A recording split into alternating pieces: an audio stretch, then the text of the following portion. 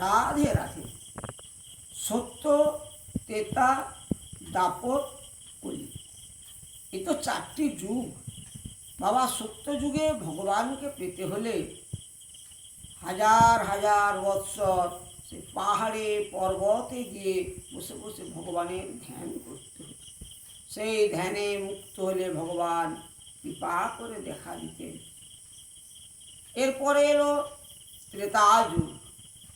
ত্রেতা যুগে ভগবানকে পেতে হলে কি করতে হতো? যাগ যজ্ঞ করতে হতো। যাগ যজ্ঞ ছাড়া ভগবানের কৃপা পাওয়া যেত না। দাপর যুগ এলো। দাপর যুগে ভগবানকে পেতে হলে কি করতে হতো?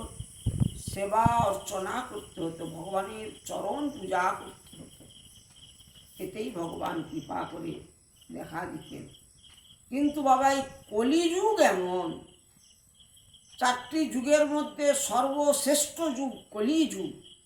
এই কলিযুগে নাম করলে কলির জীব ভব মায়া থেকে উদ্ধার হয়ে যাবে। ভবরোগের একমাত্র ঔষধ এই হরিনাম। হরিনাম ছাড়া আমাদের কোনো গতি নাই।